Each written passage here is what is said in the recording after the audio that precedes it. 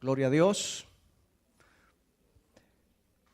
Hay un depredador, un felino, que tiene una conducta un poquito curiosa.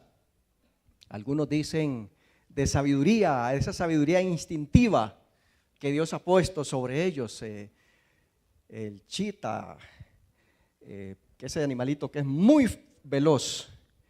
Y la madre va tras la presa y la toma, pero no la mata de viaje, sino que más o menos la neutraliza, la tonta, se la trae y la pone donde están los cachorros. Y entonces dice el narrador que eso es dándole clases de cacería. Eso es dándole entrenamiento, dándole escuela. Y entonces uno ve que de un pronto a otro aquel Impala se levanta y sale, no muy rápido porque está medio dañado ya. Y entonces los cachorros van detrás y lo agarran. Y ahí van hasta que terminan de matarlo. Vamos a ver esta mañana un texto bíblico que se relaciona tal vez un poquito con el sentido de esta historia. Capítulo 6 del libro de Romanos, como hemos estado estudiando, y el tema que le he puesto a esta sección bíblica es una vida de muerte. Y quiero anticiparles que la vida cristiana es una vida de muerte. Para que sea realmente una vida victoriosa, una vida de triunfo, tiene que ser necesariamente una vida de muerte. Pero esto no es tan sencillo. Y ustedes saben, ustedes como creyentes saben que esto de morir es una dinámica difícil. Es difícil para nosotros. No vamos a leer todos los versículos, vamos a ir leyendo algunos versículos de este capítulo, ya que son bastantes. Y esta palabra muerte se menciona ahí en ese capítulo 17 veces, con diferentes sentidos. Por ejemplo, con sentido metafórico, a veces habla literalmente o se refiere literalmente a la muerte, o con sentido ético o moral. Hay varios sentidos y en cada caso uno tiene que ir entendiendo a qué se está refiriendo el autor bíblico. Pero también para que vayamos pensando en el tema, o sigamos pensando en el tema, quiero plantearle la siguiente pregunta. Anótela o grábela en su mente. Y es esta: ¿el cristiano no puede pecar o puede no pecar? Parece como que estoy diciendo lo mismo, pero no es lo mismo. ¿El cristiano no puede pecar o el cristiano puede no pecar? Y piénselo y espero contestar la pregunta en el desarrollo de la exposición de esta mañana. Hay 4 sentidos en los que se aplica esto de morir al pecado. Porque la pregunta es esta: ¿cómo podemos? ¿Qué significa morir al pecado? ¿Cómo podemos morir al pecado? ¿Y qué significa esto? Entonces hay 4 sentidos que yo encuentro que se mencionan especialmente en este texto y se mencionan por supuesto en otros pasajes de la Biblia, y son los siguientes. Primeramente, el sentido jurídico. Morimos jurídicamente, ahorita lo explicamos. En segundo lugar, morimos bautismalmente o simbólica o representativamente. En tercer lugar, moriremos en sentido escatológico. Al final del tiempo de nuestra vida, pues sí vamos a morir, y vamos a morir en forma definitiva hacia el pecado. Y en cuarto lugar, morimos y debemos de estar muriendo en sentido moral o ético.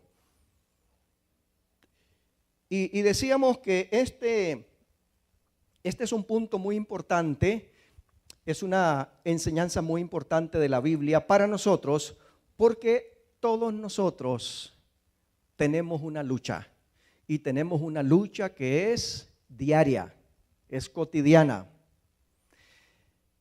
El primer sentido, aquí en el capítulo 6, el versículo 2, bueno, en el versículo 1, ¿qué pues diremos? ¿Perseveraremos en el pecado para que la gracia abunde?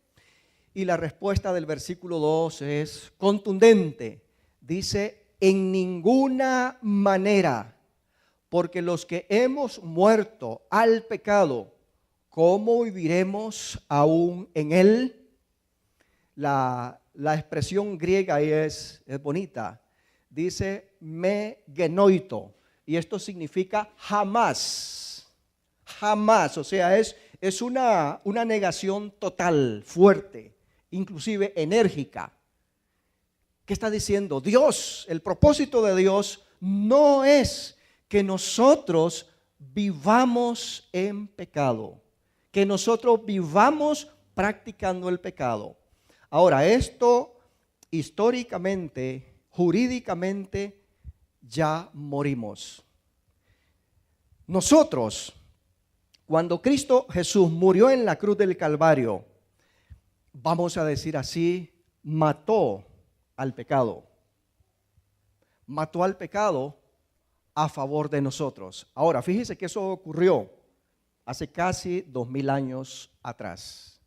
Cristo, cuando murió en la cruz del Calvario, estaba matando el pecado en tu vida.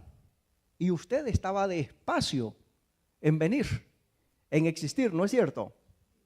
Qué extraordinario que es Dios. Es extraordinario realmente que en la cruz del Calvario Él estuviese proveyendo la salvación, la libertad para usted. El perdón de los pecados cuando ni siquiera estabas. Así es que jurídicamente Él lo hizo. ¿Recuerdan ustedes una de las expresiones de Jesús en la cruz del Calvario? Él dijo, consumado es. Y consumado es que está hecho. Consumado es que está acabado, es que está completado, está completo. No es medio hecho, no es que le falta que hacer algo ahí más adelante, es que ya está terminado. Trabajo terminado, misión cumplida en Cristo Jesús de parte de Dios, en favor suyo, en favor mío. La muerte de Cristo en la cruz estaba anticipando ya, legalmente, judicialmente, la muerte del pecado en nosotros, los creyentes en Cristo, sus seguidores. Así es que desde este punto de vista, desde el punto de vista legal, la muerte al pecado ya ocurrió. Ya la protagonizó Cristo, ya la llevó a cabo en la cruz del Calvario.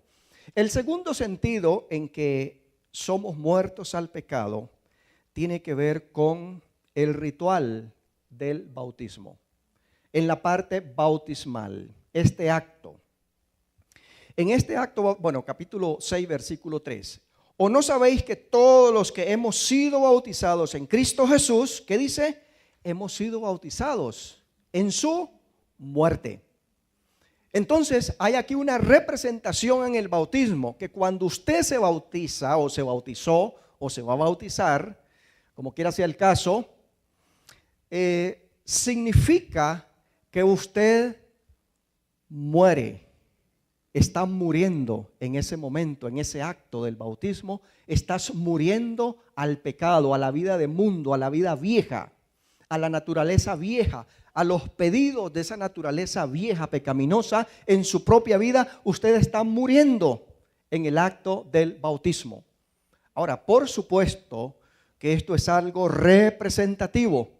Nosotros le llamamos, cuando digo nosotros, los evangélicos, la teología evangélica le llama a esto las ordenanzas, como el bautismo, como la Santa Cena o la Cena del Señor, le llamamos ordenanzas. Entonces, esto está representando algo. ¿Qué está representando? Cuando el individuo está, bueno, antes de explicar esto, quiero decir que las fórmulas bautismales o la forma de bautizar, no vamos a decir que hay solamente una, que es lo que nosotros conocemos, especialmente los evangélicos, como la inmersión o bautizar por inmersión.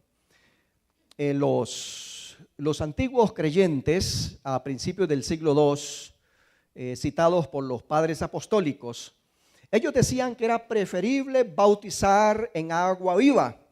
¿Y qué significa eso de bautizar en agua viva? Significaba un río, en un río, agua que corre. Eso es lo que significa. Pero ellos decían preferiblemente bautiza en agua viva, pero si no tienes agua viva, usa otra agua entonces. Y podría ser una agua, por ejemplo, en una piscina, en un estanque, o inclusive, si no tienes esa, decían ellos, entonces toma agua, cualquiera que sea, y ponla sobre la cabeza del bautizando 3 veces, diciendo en el nombre del Padre, en el nombre del Hijo y en el nombre del Espíritu Santo. Como la fórmula de Mateo capítulo 28, versículo 19. Así es que no es que se hable o se practicara exclusivamente una fórmula, una forma de bautizar. Pero Pablo aquí en el capítulo 6 de Romanos pareciera hablarnos en la simbología del bautismo, del modo de bautismo por inmersión, es decir, metiendo dentro del agua o sumergiendo dentro del agua. Entonces, esta representación va así. La persona cuando está en el agua significa muerte al pecado. Eso es lo que está diciendo con esa posición ahí. Muerte al pecado. Cuando es introducido dentro del agua, significa sepultura. Significa sepultar el viejo hombre, la vida de pecado, la vida mundana, la vida vieja, la vida antes de Cristo. Eso es lo que significa. Y luego cuando la persona es levantada o surge o sale del agua, está significando con eso la resurrección a una vida nueva, a un estilo nuevo de vida, que es una vida de muerte al pecado, una vida para Dios, una vida nueva. Entonces, en esta forma de bautismo, dice Pablo aquí, estamos asociándonos, estamos ligándonos con 3 hechos en la vida de Jesús. 1, la muerte de Cristo. 2, la sepultura de Cristo. Y 3, la resurrección de Cristo. Y claro, esta representación no es solamente una representación en lo espiritual para nosotros, es una representación también que tiene que ver con lo escatológico. Porque si usted quiere tener una anticipación de lo que pasará con su cuerpo en el día postrero, ¿saben quién tiene que fijarse? Usted tiene que fijarse en Cristo resucitado. Usted tiene que fijarse cómo era el cuerpo de Cristo después de resucitar. Y hay cosas ahí bien interesantes, hay cosas bien atractivas, francamente, que me gustaría trasladarse, pasar paredes sin tener puertas abiertas o sin tener puertas absolutamente. Imagínese, qué ahorro energético, qué ahorro de tiempo, qué liberarse del estrés ahí en las presas, etcétera, etcétera, etcétera. ¿No le gustaría ese cuerpo? Pues fíjese, ese es el cuerpo que está planeado de parte de Dios para el creyente en Cristo Jesús hacia el futuro. Así es que cuando participamos del bautismo, estamos identificándonos plenamente con Cristo Jesús en su pasión, muerte, sepultura y resurrección. Pero también se está vislumbrando aquí la esperanza futura para cada uno de los cristianos. Normalmente los evangélicos seguimos practicando el bautismo por inmersión, pero no es que no se pueda usar otras formas de bautismo. Pero quiero decir algo más aquí sobre el tema del bautismo. Es que el bautismo es la forma física y visible de decir o de representar que usted ha entregado su vida a Cristo Jesús. Por ejemplo, si yo les hago una invitación aquí, ¿cuántos de ustedes quisieran en esta mañana entregarle su vida a Jesús? Y yo le voy a decir que haga una de las dos cosas: o levante su mano o pase adelante aquí. ¿No es cierto? Normalmente eso es lo que hacemos. Y me parece que no está malo que lo hagamos. En el tiempo apostólico, en el tiempo bíblico, cuando una persona, digamos un pagano, decía, o ya fuera un adepto de la religión judía, decía ante la predicación apostólica, por ejemplo, de Hechos capítulo 2, en el día del Pentecostés, si Pedro estaba predicando y los judíos que escuchaban su prédica estaban quebrantados, reconociendo su culpabilidad delante de Dios, y entonces le preguntaron, señores, a los apóstoles, ¿qué tenemos que hacer para ser salvos? Y entonces el apóstol Pedro les responde, arrepiéntanse de sus pecados y bautícese cada uno de ustedes para perdón de sus pecados. El bautismo en sí no perdona pecados, no quita pecados. Quita pecados la sangre de Cristo, el sacrificio de Jesús quita pecados, pero el bautismo y el agua del bautismo representa esa limpieza, ese perdón de los pecados que nos otorga el Señor. Entonces el apóstol dice, cada uno de ustedes, arrepiéntase, número 1, y número 2, bautícese. Y aquel día se bautizaron de verdad, miles. Entonces, ¿cómo se dice? ¿Cómo se dice que usted se constituye en un seguidor de Cristo? ¿Cómo se dice eso? Hay un acto, ¿cómo decirlo? Y la Biblia dice que ese es el bautismo en agua. ¿Y cuánto tiempo tiene que pasar entre el deseo que yo tengo de entregarle mi vida a Jesús y el bautizarme? Lo hacían muy rápido, el mismo día probablemente. Ahora, lo que quiero decirle aquí es que dice la Escritura que todos nosotros para salvarnos debemos de creer en Jesucristo y ser bautizados. Marcos capítulo 16 nos dice, vayan y prediquen el evangelio a toda criatura. Y el que creyere y fuere bautizado será salvo. El que no cree, el que rechaza, será condenado. El que creyere y fuere bautizado.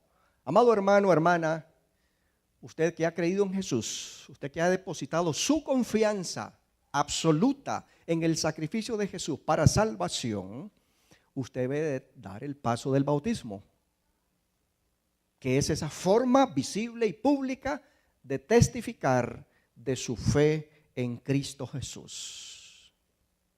El número 3, el sentido número 3 es, decía, el escatológico. Morimos al pecado en forma absoluta, definitiva, ¿cuándo? ¿Saben cuándo? Cuando morimos físicamente, cuando muramos físicamente. Morimos absolutamente al pecado en el día de la segunda venida de Jesucristo, en el día de la transformación del cuerpo, en el día del arrebatamiento de la iglesia. Ese día vamos a morir absolutamente al pecado. Ya no más tentación, ya no más luchas contra el mal. Vamos a estar en una libertad absoluta delante de Dios, libres totalmente.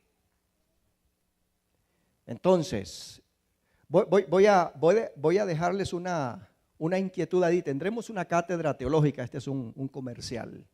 Tendremos una cátedra teológica aquí el 4 y 5 de octubre.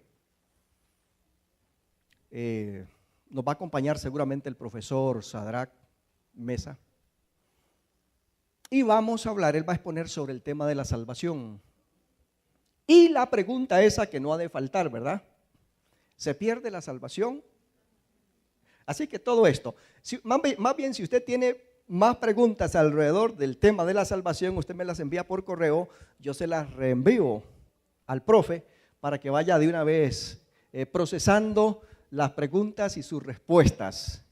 Entonces, recuerde eso. Pero quería anticiparle algo. Alguien dijo de esta forma de la salvación. La salvación es algo que nosotros adquirimos desde el comienzo. Es decir, fuimos salvos. Eso es lo que llamamos el acto jurídico de Dios. Él lo hizo. Dios lo hizo ya en la cruz. Ya nos salvó.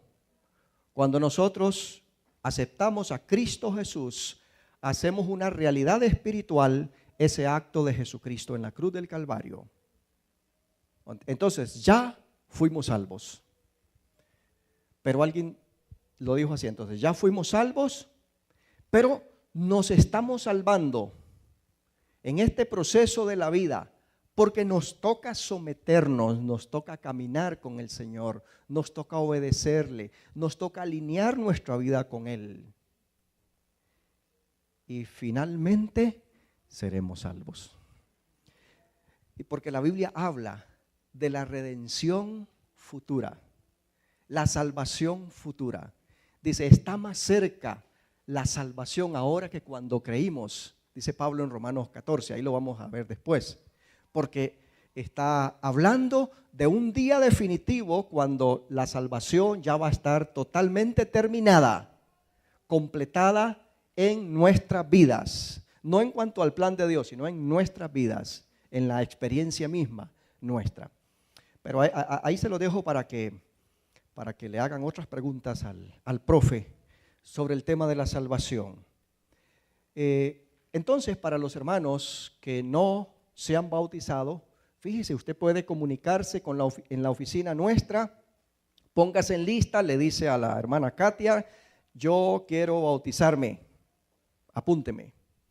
Y prontito vamos a tener también unos bautizos para que usted se pueda bautizar. Pero fíjese, usted como creyente en Cristo Jesús, esto es algo que debe hacer. Número 4, el cuarto sentido que tiene esto de morir al pecado. Tiene que ver con lo moral. Y en este sentido, no es algo puntual, es algo de un proceso, es algo de nuestro vivir cotidiano, es algo de nuestra experiencia. Capítulo 6, versículo 6, aquí donde estamos, Romanos 6, sabiendo esto, que nuestro viejo hombre fue crucificado juntamente con él, para que el cuerpo de pecado sea destruido. Cuerpo de pecado, aquí significa la naturaleza vieja, el viejo hombre, esa vida mundana en nosotros, para que el cuerpo del pecado sea destruido a fin de que no sirvamos más al pecado. Volviendo un poquitito al ejemplo del felino mamá que inmoviliza, que inutiliza a su casa, a su víctima para enseñar a los cachorros. Gracias a Dios, Cristo Jesús inutilizó al pecado. No está de viaje muerto, pero le quitó la fuerza Y ahora nosotros estamos bregando ahí, estamos luchando con un pecado. Aquí usa destruir el cuerpo del pecado. Esto significa realmente inutilizar o hacer ineficaz, reducir a la impotencia. Realmente es eso. Está vivo, pero está un poco sin fuerza, bastante sin fuerza, de tal manera que usted y yo como creyentes podamos sobrellevar la vida cristiana. Entonces, en el versículo 6 usa el término crucificado. Noten ustedes, crucificado. La crucifixión era una pena capital brutal en el siglo I, antes del siglo I también, tal vez inventada por los fenicios, adoptada por los romanos y practicada como pena capital. Y no era una muerte de inmediato, era una muerte lenta. Nos dicen que la crucifixión, una víctima o una persona crucificada podía durar hasta varios días muriendo. Podía tardar varios días muriendo. Eso era muy, muy cruel. Entonces era una muerte lenta. El apóstol Pablo utiliza esta palabra y este acto de la crucifixión como, digamos, en un sentido metafórico, para hablarnos de que la naturaleza vieja en nosotros, el hombre viejo, esta tendencia pecaminosa, nosotros tenemos que crucificarla.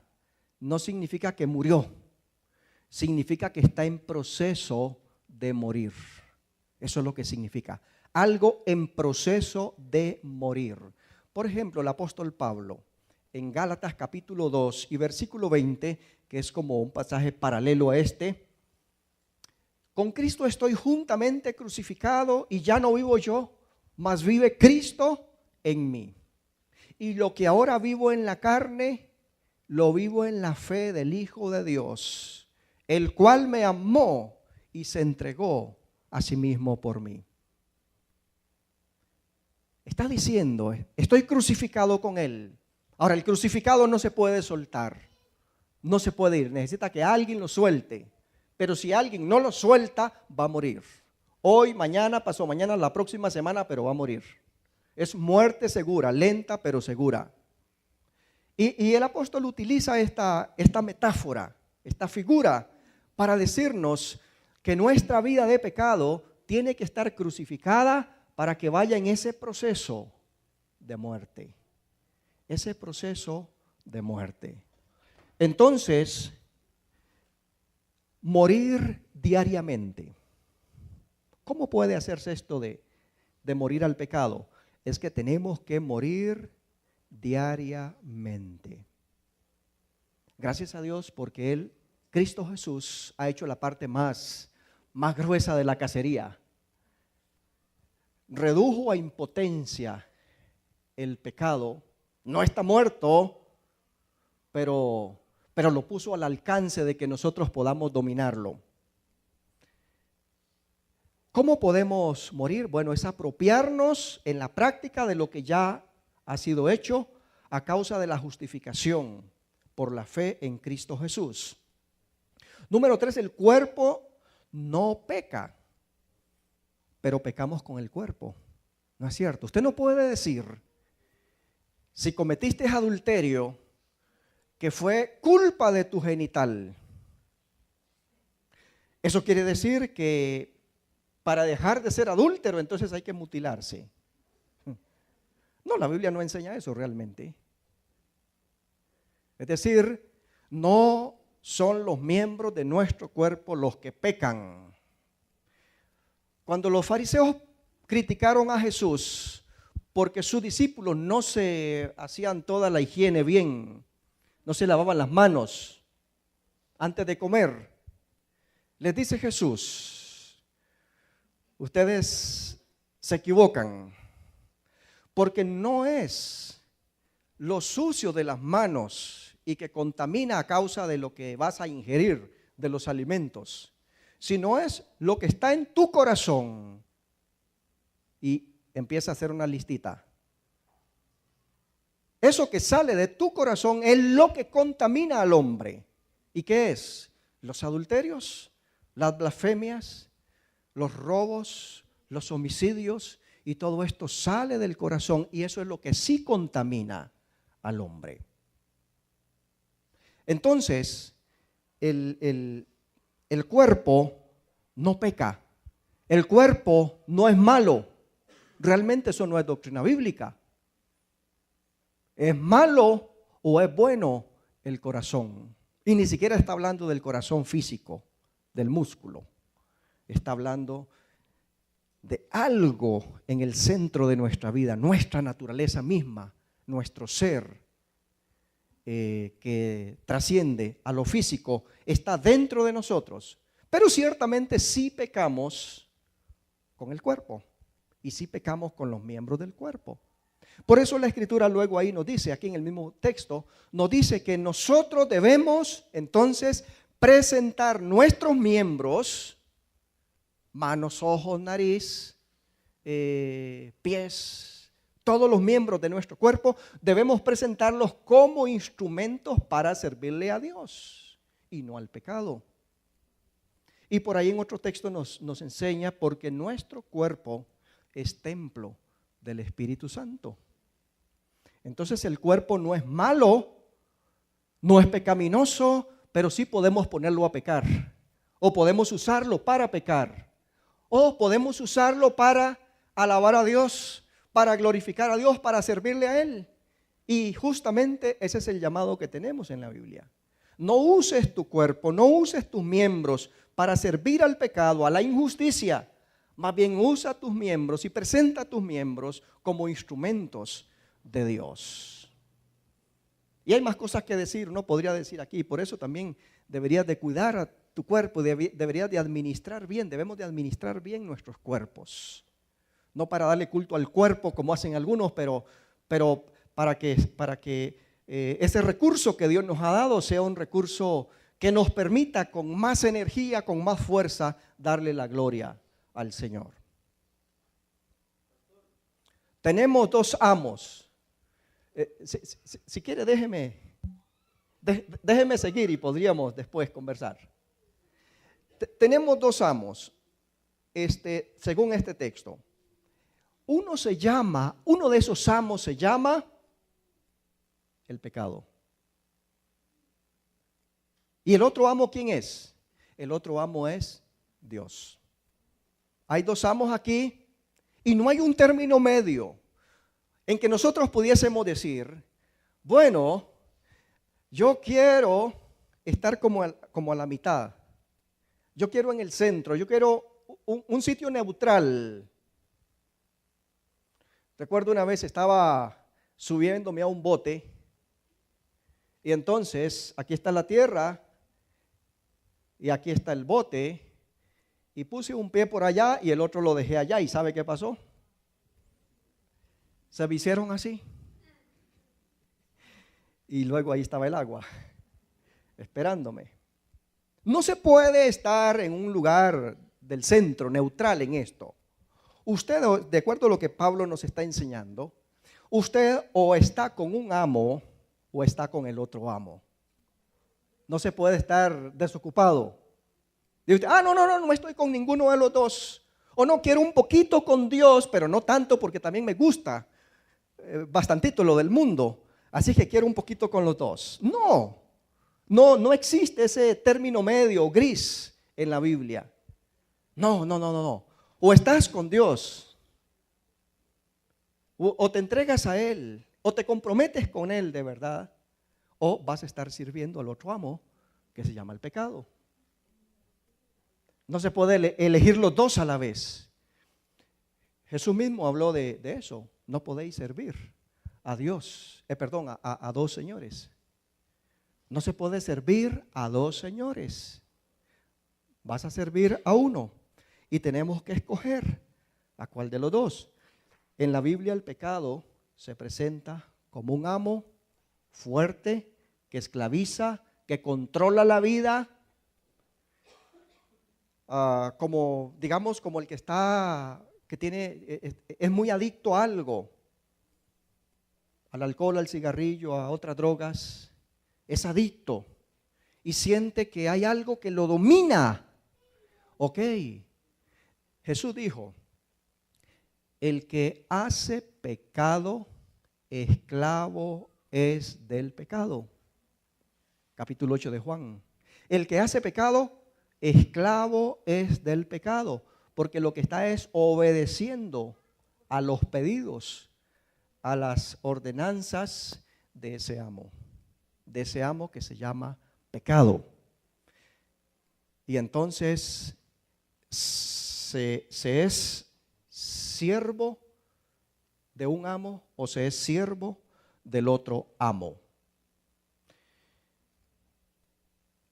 En el versículo 17, aquí de este capítulo, tenemos que hacernos obedientes a una forma de doctrina, a una forma de doctrina que nos ha sido entregada, que nos ha sido revelada en las Escrituras.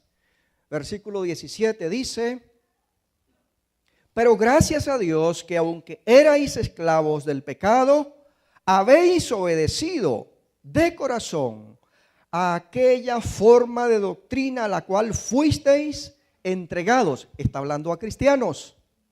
Lo que significa es que los cristianos nos hemos entregado a una cierta forma de doctrina que es la enseñanza bíblica, la enseñanza expresada por el apóstol Pablo, la enseñanza expresada por los otros apóstoles, la enseñanza expresada por Jesucristo mismo. Hay una cierta doctrina que nosotros conocemos y entonces el apóstol dice, hemos sido entregados a esa forma de doctrina para que la obedezcamos. No se puede tener éxito, no se puede tener triunfo a menos que estemos dispuestos a obedecer esa forma de doctrina, esa enseñanza bíblica de parte de Dios para nosotros. Usted quiere ser exitoso, tener triunfos en la vida cristiana, ser triunfante contra el pecado, contra la tentación. No podés hacerlo si no sos obediente a lo que Dios dice. Es necesario obedecerle. Tenemos que hacernos obedientes entonces. Versículo 19 y versículo 21 nos hablan de la santidad. Versículo 19 dice, hablo como humano por vuestra humana debilidad, así como para iniquidad presentasteis vuestros miembros para servir a la inmundicia y a la iniquidad, así ahora para santificación presentad vuestros miembros para servir a la justicia. Versículo 21. Pero ¿qué fruto teníais de aquellas cosas de las cuales ahora os avergonzáis? Porque el fin de ellas es muerte. Aquí está hablando de la santidad, y la santidad en primera instancia es un acto legal. ¿Por qué? Porque cuando Cristo murió en la cruz del Calvario también nos estaba santificando. Y usted y yo somos llamados santos al reconocer a Jesucristo como nuestro Salvador personal, aunque en la práctica no seamos tan santos. Y les digo eso con base en la Biblia. El apóstol Pablo escribe, por ejemplo, a la iglesia de Corinto, a los corintios. Y ustedes notarán, empezando nomás, él dice, a los santificados, llamados a ser santos, a los santos y santificados y llamados a ser santos que están en Corinto. Y luego cuando usted sigue leyendo la carta a los corintios, usted se encuentra que habían unos hermanos que peleaban entre ellos. Usted dice, esto no es tan santo. Había otro muchacho por ahí que estaba cometiendo el pecado de incesto. convivía con la esposa madrastra o no sé qué del papá. Bien, un caso bien escandaloso. Y podemos encontrar otros problemas que habían en la iglesia, pero usted dice, pero no es que Pablo dijo que eran santos. ¿Y qué es lo que pasa? No hay ninguna confusión, no hay ningún enredo. Es que la santidad, en primer lugar, es un acto legal. Y luego la santidad es un acto práctico y cotidiano que tiene que llevarse a cabo por nosotros, en nosotros, todos los días de nuestra vida. Por ejemplo, cuando el texto bíblico nos dice, ninguna palabra corrompida salga de vuestra boca. ¿De qué está hablando? Está hablando de esta fase de la santidad en la vida práctica, en la vida cotidiana. Cuando el texto dice, ustedes ya son santos, está hablando de ese acto jurídico hecho por Dios en la cruz del Calvario, esa declaración de justificación. Y por esa razón somos santos. Pero a este montón de santos que estamos aquí, el Señor nos dice, practiquen la santidad. Nos está diciendo entonces ninguna palabra corrompida. Nos está diciendo cada uno sepa tener su propia esposa en santidad y honor. No anden en adulterio. Dice a los solteros, no anden en fornicación. Y todo esto lo que está diciendo es, practiquen esa santidad a la cual han sido llamados. Han sido expuestos por medio de su fe en Cristo Jesús. Así es que la santidad es algo legal, pero es un estilo de vida bíblico al que el Señor nos llama a todos nosotros, nos exhorta. Ok, en ese sentido vamos a decir a la pregunta del principio. Entonces, ¿un creyente no puede pecar o un creyente puede no pecar? Vamos a decir, un creyente sí puede pecar y muchas veces puede pecar, pero gracias a la gracia de Dios, gracias a lo consumado por Cristo Jesús en la cruz, que le quitó la fuerza al pecado, es así que usted y yo, creyentes ahora, podemos no pecar. Es decir, usted y yo podemos francamente rehusarnos a cometer los hechos pecaminosos. ¿Sí o no? Sí, sí podemos. ¿Y cómo es que podemos? Porque el Señor vino e inutilizó al pecado, lo dominó para que para usted y para mí fuese posible obedecerle a Él. Mejor dicho, si usted peca porque usted quiere. En resumen, así es. No me diga que era tan débil y que la cáscara de banano estaba muy resbalosa. Y no me diga eso. No me diga eso. Porque de seguro usted la vio la cáscara ahí. Y dice, voy a tantearla a ver qué tan resbalosa está. Y como dijo aquel humorista, y buscaste la tentación para que la tentación te venciera a vos. Y no tenemos que hacer eso. No tenemos que hacer eso, por supuesto. Yo digo, como dicen los alcohólicos anónimos, a los adictos, no le pase de cerca a la cantina. No estés ahí donde percibís el aroma, el olor y que te estimule. Pero eso es responsabilidad nuestra. Recordamos el dicho de Jesús que si tu mano es ocasión de caer, córtala. Si tu ojo es ocasión de caer, sácalo. Cuidadito con sacarse el ojo y me llega el próximo domingo aquí tuerto. Porque no es eso lo que está enseñando Jesús. Pero si tu CD pornográfico está ahí, escondidito en su casa, córtalo. Mutílelo de una vez, destrúyelo. Si hay otras cosas ahí, sácalas, córtalas. Eso es lo que tenés que cortar. Si frecuenta lugares malos, peligrosos, de pecado, deje de frecuentar, córtalo. Eso es. No es que te quedes manco y sin ojos y quedas ya discapacitado para el resto de la vida. No es eso. Decíamos al principio que el cuerpo no peca. Peca todo lo que hay en su corazón. Y si eso no es cambiado, tu cuerpo va a seguir haciendo los actos pecaminosos que su corazón le dice. Su cuerpo es nada más un instrumento o para servir al pecado o para dar gloria a Dios.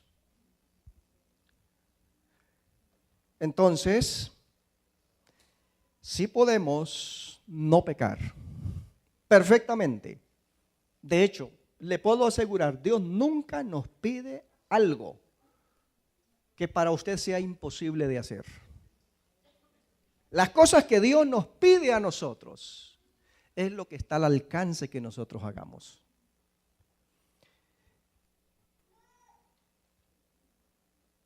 El triunfo en el vivir diario, el triunfo sobre el pecado, en el vivir diario, se obtiene, y tal vez repaso un poco aquí, 3 cosas.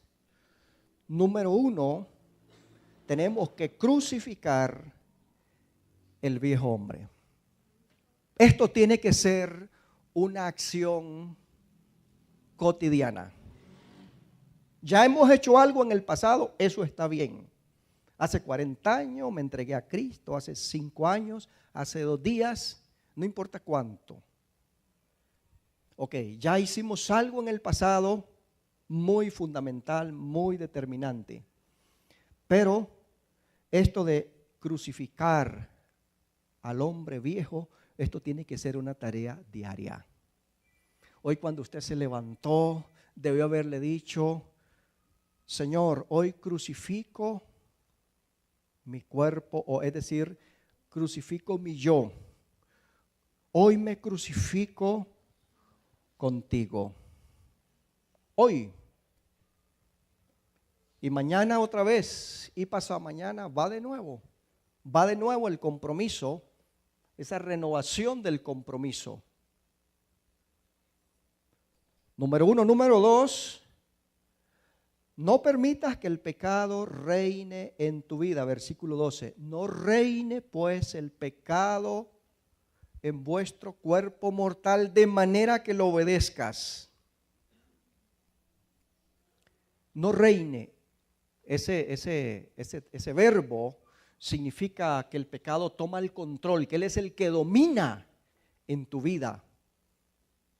Ahora, si de verdad el pecado es el que domina en tu vida, busque ayuda.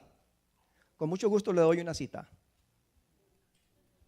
Porque significa que algo anda mal y bastante mal. Si usted no puede, es que realmente sí lo domina el pecado. Porque aquí dice, no reine el pecado en vuestro cuerpo mortal. Entonces, no puede reinar el pecado en tu vida. No permitas que ese pecado reine, domine, gobierne tu vida. Número 3, presenta tus miembros a Dios como instrumentos de servicio. Esto es algo que también deberías de hacer todos los días. Le voy a decir algo como testimonio personal. Y yo sé que esto es algo con lo que tenemos que luchar todos los días.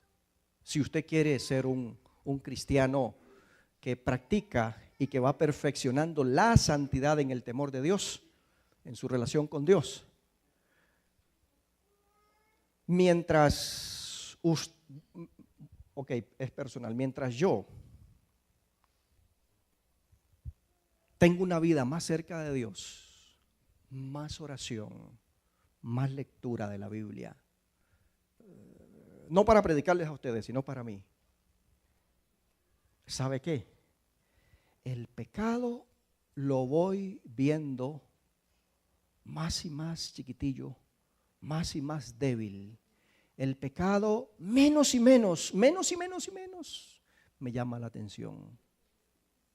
¿No le ha pasado? Mientras yo me alejo un poquito de Dios, me descuido más, oro menos, leo menos la palabra, comienzo a ver y a sentir el pecado más fuerte, más atractivo. Y me siento mucho más vulnerable hacia él, más débil.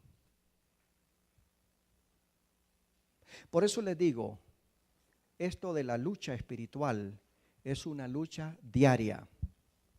Diariamente usted y yo tenemos que someternos al Señor, depender de Él,